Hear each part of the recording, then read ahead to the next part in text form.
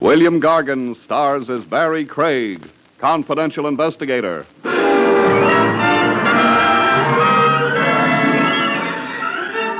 There's an old-school motto with a modern twist, folks. An empty barrel makes a fine casket.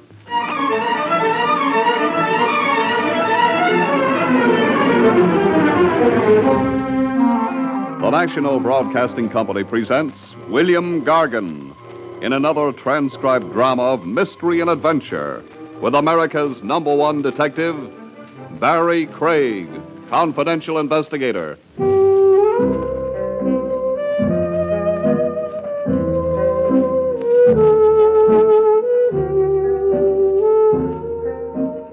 Barrie Craig speaking. Manhattan Island's my beat. From Battery Place uptown to Spite and Divo.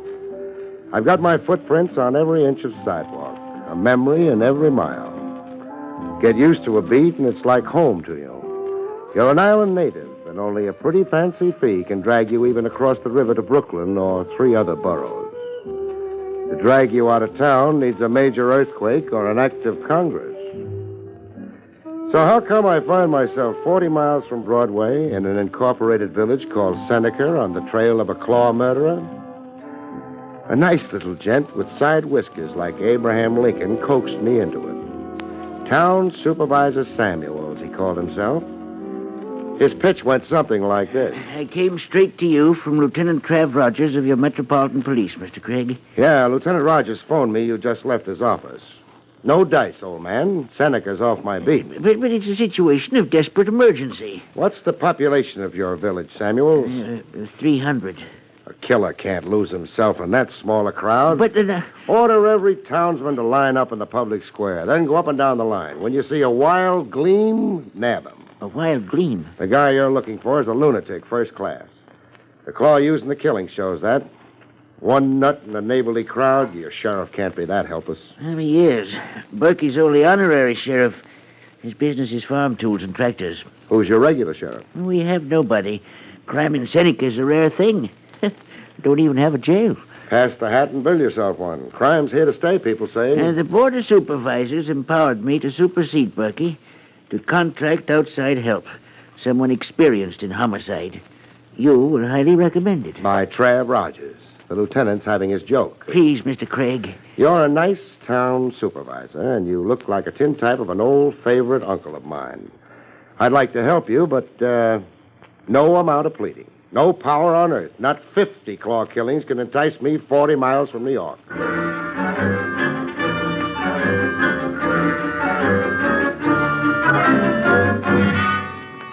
In Seneca, flanked by Samuels and the sometime sheriff, I got a look at the corpse. The morgue was the back room of a taxpayer divided into a grain, oats, and seed shop and mortuary parlor. This was Dr. Tyler, Mr. Craig. A doctor, huh? Horse doctor. Oh, sad day for Dobbin. Pretty thorough job of annihilation. Shocking crime. The claw marks on the skull were made by a garden tool, looks like. Yeah. Did Doc Tyler have any enemies? Or let the sheriff answer, Samuels. Why, no. Not to my knowledge, he didn't. Doc Tyler was a pillar in the community, a fine, respected Save man. the eulogy for the funeral services, huh? Theft, then. Was anything stolen? No, I'll have to say no to that. All Tyler had was accounts receivable, bills owing him for his doctoring work. You went over his property, then? I did. The robbery was my notion, too, at first. I ordered an inventory of everything Tyler owned, right down to the horse bills. And nothing was missing? Nothing of any account, no. Except for old Baldy, everything was right where it belonged. Except for old Baldy, you say? Huh? Oh, yeah. Old Baldy's an old iron paperweight, the American Eagle. Doc Tyler always had it on his desk on top of a pile of papers. And old Baldy was missing? Yes, we couldn't find hide nor hair of it. Well, either somebody borrowed it and planned to keep it now that Tyler's gone, or Tyler threw it out. Or the murderer clawed Tyler to get it. Oh, now, why would anybody want to commit murder for a worthless old paperweight? Can't say, but that's why I'm in this whistle stop, to find out why. And that brings us down to cases. You and me. Come again?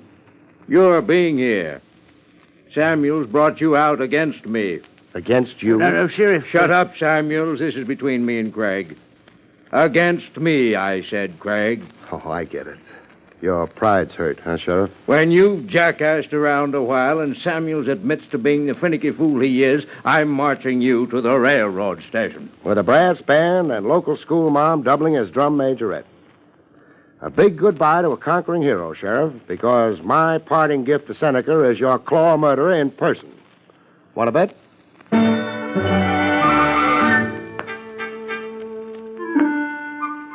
I found overnight accommodations at a Miss Pringle's split seconds before a storm broke. Miss Pringle was a spinster who looked it, and a fluffy white poodle who looked as if he was eating himself into his grave to escape Miss Pringle. This is Fluff, Mr. Craig. Fluff, huh? Does he bark? Seldom. Fluff has chronic laryngitis. Oh. Dr. Tyler, peace to him, was treating Fluff. Sad about Dr. Tyler. You're here to find the fiend? I'm here to get a night's sleep. Very well. You can have the attic room. Why so high a climb? But I'm not accustomed to taking male lodgers. Enough said. Blankets, towels, is everything there? Oh, yes, the room is ready. And a wall outlet so I can plug in and shave? No, the electric wires don't extend to the attic. Oh. There's a kerosene lamp. Now, if you go to your room... You're pushing me, Miss Pringle. But I'm not accustomed to men in my parlor. Enough said. I'll see you in my dreams. Oh, my. Good night, Miss Pringle.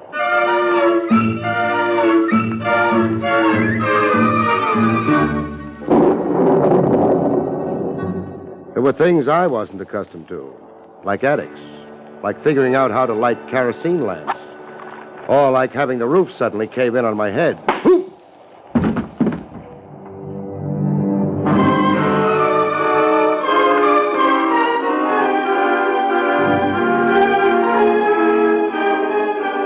I went down from a sneak blow. A club, the weapon felt like. I went down, but not out. I could see through a red haze like a film of blood, and I could hear glass breaking somewhere in the room. I rolled on the floor, not to be a sitting duck for a second blow. But no second blow came. Just quiet and the rain outside. The rain blowing in from an open window. The window my sneak opponent had used getting in and out. I went out the window after him.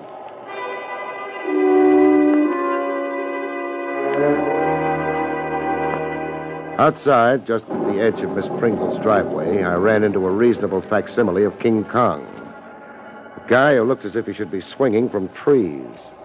Sitting behind the wheel of an open convertible, its top down. Working the car starter and getting nowhere. Having trouble, friend? It's slow, don't want to go. The wires are wet. I'm driving good and then it stops. Your wires are wet. I'm driving good and then it stops and then it won't go. You're getting all tangled up in your IQ, friend. Doesn't the top go up? Yeah, easy. This button here, you push it. So push it. No. You've got a medium-sized lake around you. Floodwaters rising from the floorboard. I'm not pushing no button. I like it like this. How did you happen to stall here? I told you I'm driving good. Let it stop so that it won't go. You making fun of me? No.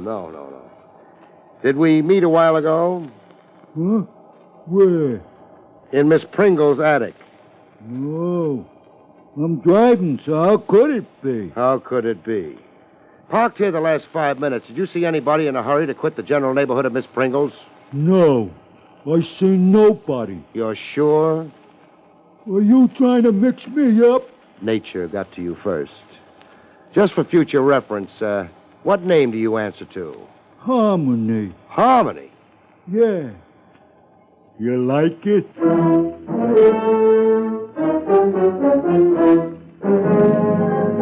Back in the attic with the kerosene lamp lit and Miss Pringle in a trembling spasm, I took stock of the room. Oh, what you've told me, Mr. Craig, it's unbelievable. Believe it.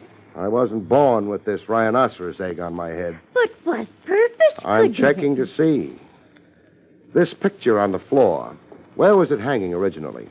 The kerosene lamp's throwing so many shadows I can't see the nail hole. Why, it hung there over the highboy. The glass broke? Yeah, it needs a new glass. A ship's print, huh? Yes, the Princess Ida, an old whaling vessel. The picture have any special meaning? Special meaning? A value, an heirloom or something? Why, no value. I only paid $1 for... Oh, wait. Yes, come to think of it, I was offered a good price for it. How good a price? $100, if I recollect. For $1 print? Who made the offer? The young Mr. Stanley, the one with the new antique shop out on North Rugby. Why didn't you sell the picture to him? Well, I'm not sure. For spite, I guess. Spite? Well, the young man was too persistent and bad-mannered. Calling me on the telephone and then tracking his muddy boots on my parlor rugs.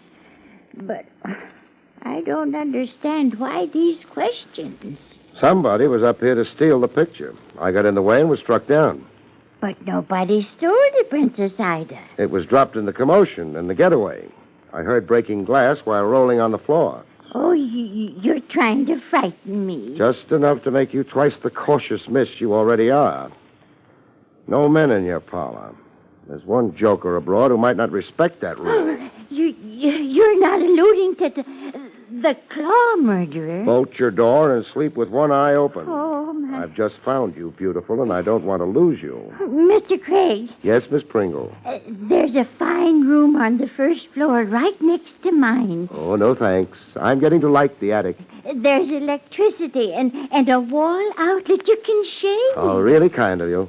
But I'm looking forward to roughing it. It'll toughen me up. Mr. Craig, I insist you move to the room downstairs next to mine. Oh, this creeping infatuation for me. Fight it, Miss Pringle, to your last drop of blood. We could get to be the talk of Seneca. I don't care, Mr. Craig. I'm frightened.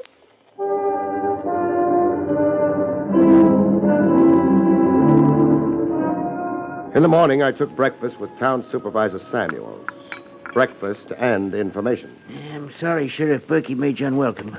Berkey's sensitive to competition. I'm sorry about your injury. My injury? You were attacked and beaten last night. How could you know? Miss Pringle had me on the telephone in the middle of the night. Oh. I want to know about a couple of your townspeople. Yeah? First, a bright chap who calls himself Harmony. Harmony? Now, what reason could you... Never mind. I'm asking the questions.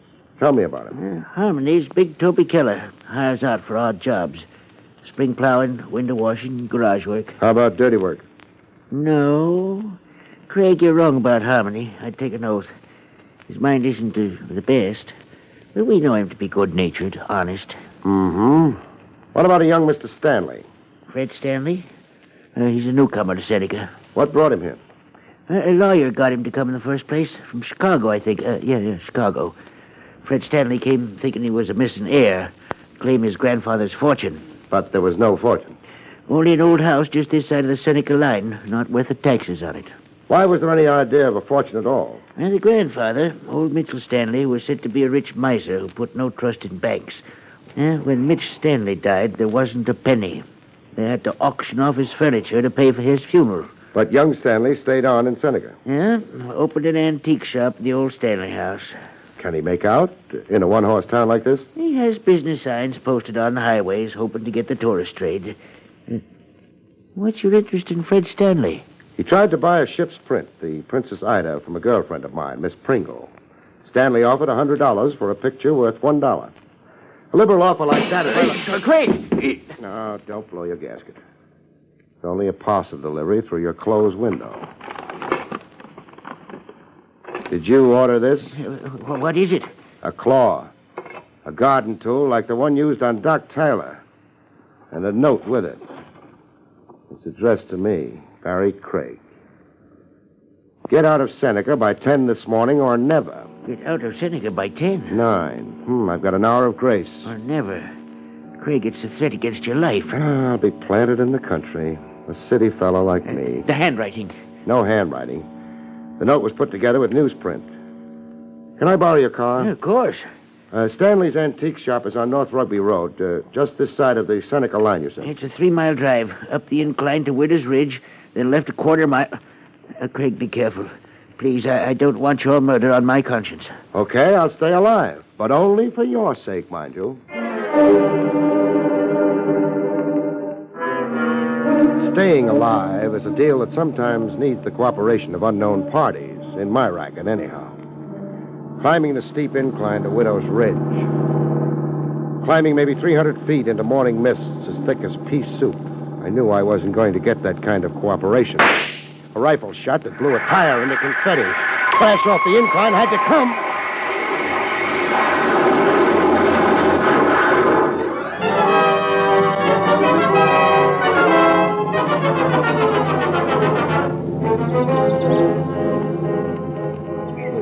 Funny distortions in your eye when you first come to and start taking inventory to see if you're alive. A half-frozen robin who didn't have the sense to fly south for the winter. He sat on the side of the hill 10 feet from where I lay, staring solemnly at me and chirping prayers for my safety. Oh, when I started getting to my feet, the robin flew away. The inventory added up. I was all there in one piece, with a few dents that couldn't hurt forever. Samuel's car was down at the foot of the incline, topsy-turvy, like it was playing dead dog. I'd been thrown clear of the wreck. Half my fee into the poor box. I took an oath on that as I started for Rugby Road on foot.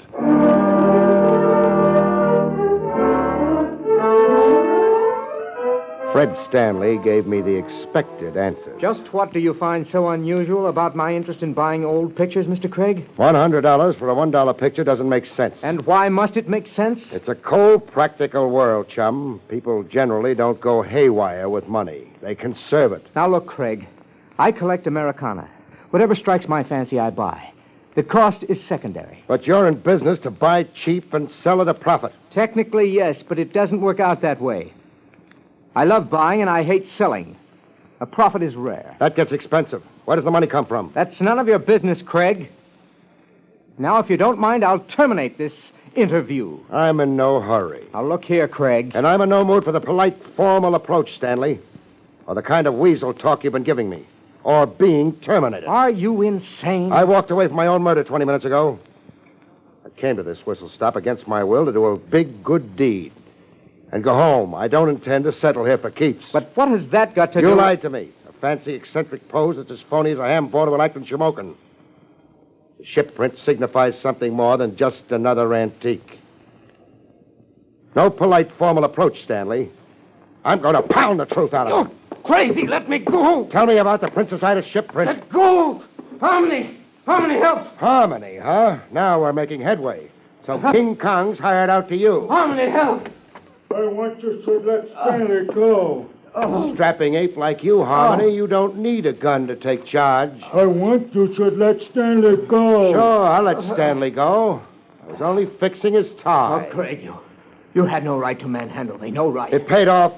I got to find out who was providing Harmony with his raw meat. Harmony's with me on day hire to do general cleaning and polishing, scrape down old furniture. Plus prowl in attics, plus distribute garden tools shaped like claws all over town, plus take rifle shots at passing cars. You're out of your mind. You assaulted me and Harmony rescued me. Now get out of here. Sure. But I'll be back. I'll be back, Stanley. The minute I tumble to your motive.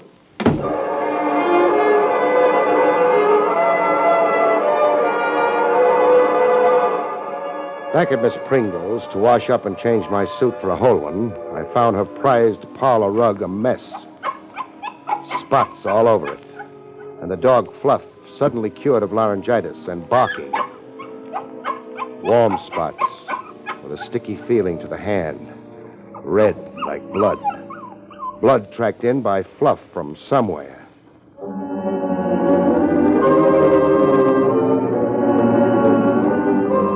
I followed the tracks to Miss Pringle's bedroom. The blood was Miss Pringle's goodbye to spinsterhood. The garden tool shaped like a claw lay beside her on the floor like a third hand.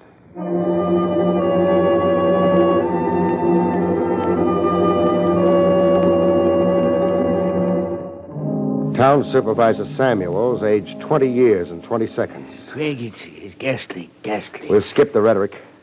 Miss Pringle was murdered by someone who made off with the Princess Ida. You know that? The picture is gone. I searched high and low. The murder then clears Stanley and Harmony of any suspicion. No. But you saw them Miss both. Pringle could have been murdered earlier, while I was here, breakfasting with you.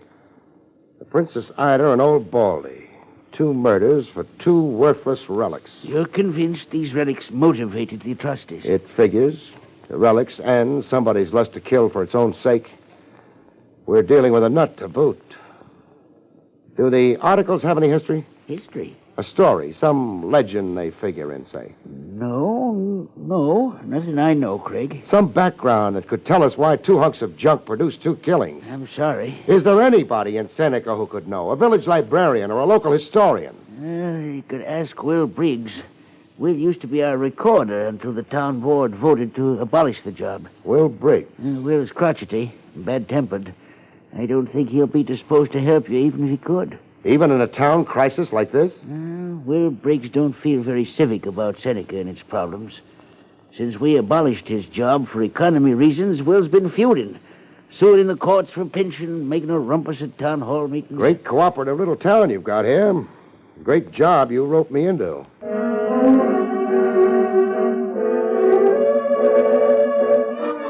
But Will Briggs pulled a switch on Samuel's characterization of him.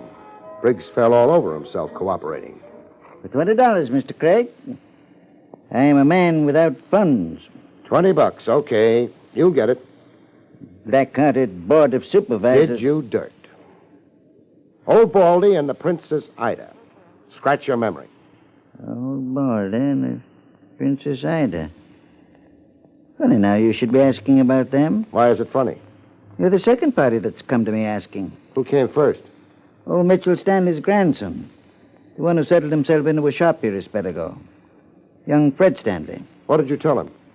What I'll tell you. If you wait. I have the record here. Yes, here it is. The sales sheet, my own writing, for that auction they held at Mitchell Stanley's once, to raise money for burying him. I was clerking for the auctioneer that day. Get to it, please. In my time. See? It says here we sold beds and tables and floor coverings. Down here it says Old Baldy. 50 cents. Sold to Dr. Tyler. Princess Ida. $1. Sold to Miss Pringle. And the snowman sold for 75 cents. What's the snowman? The design on a patchwork quilt it's named for. Who bought it? Let me see. Sold to Adam Samuels, it says. That's the town supervisor himself. Where's your telephone, Briggs? Telephone?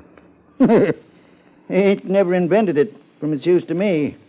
Keeping body and soul together as it is. Briggs, don't bend my ears. What's got your back up? Samuels, your town supervisor's number 3 on the Claw murderers list. If it's so, I say good riddance to the black-hearted.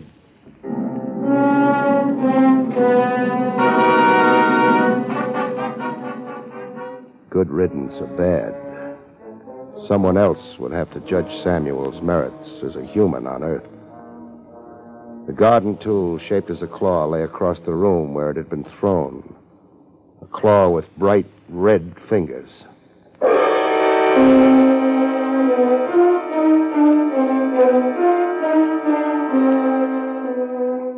Fred Stanley resisted arrest to the last gasp. Harmony's last gasp, that is. Craig, get out of here. You're under arrest, Stanley. You have no authority. I've got a gun. Harmony! That 8th man comes through the door and he's dead. Harmony! You're asking your moronic stooge to commit suicide? We'll see. Harmony! One down, and Seneca's a better place for it. You killed him. He's only wounded. Where do you want it, Stanley? I'll go with you.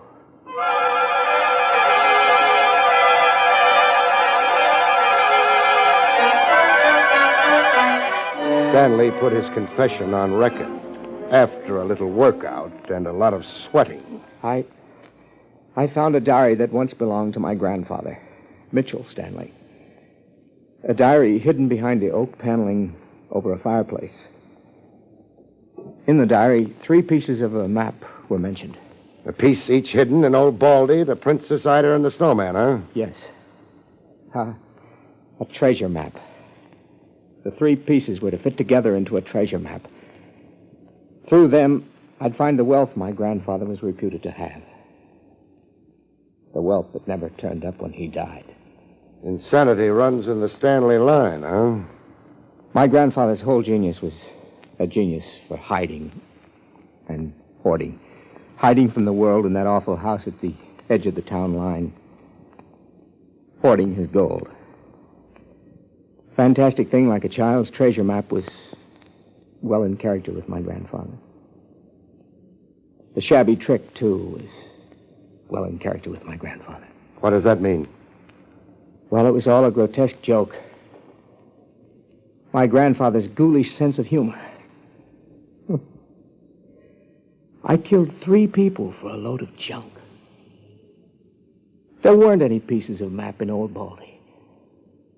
Or the Princess Ida, or the snowman. That diary, Stanley. Give it to me. Here, go hunt yourself up some treasure, Craig.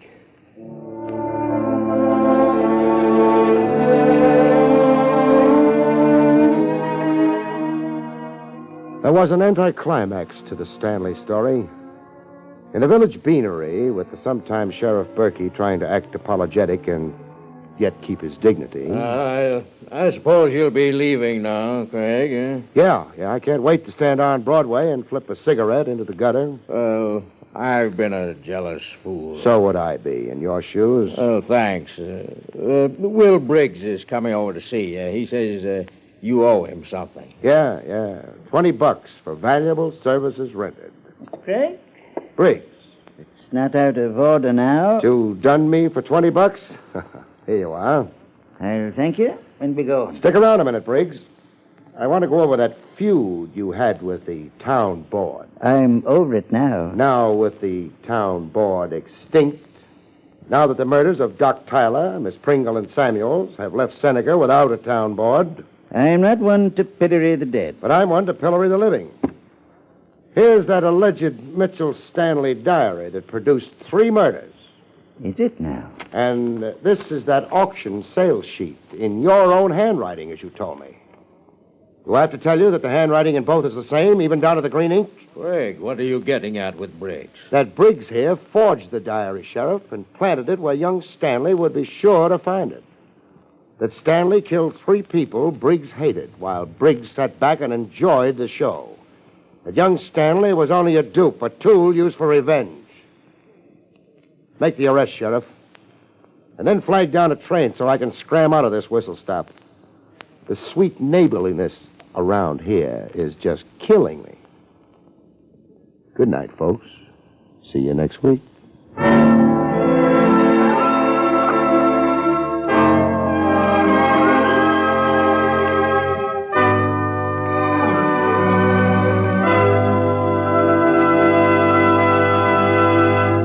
You have been listening to William Gargan in another exciting transcribed mystery drama from the adventures of Barrie Craig, confidential investigator. Tonight's story, Diary of Death, was written by John Robert. Next week, it's the strange story titled A Time to Kill, about which Barrie Craig has this to say.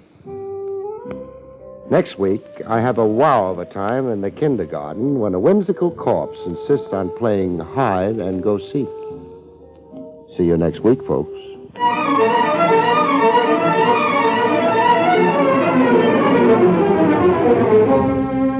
Featured in the role of Samuels was Louis Van Ruten. Barrie Craig, starring William Gargan, was under the direction of Hyman Brown. This is Don Farlow speaking.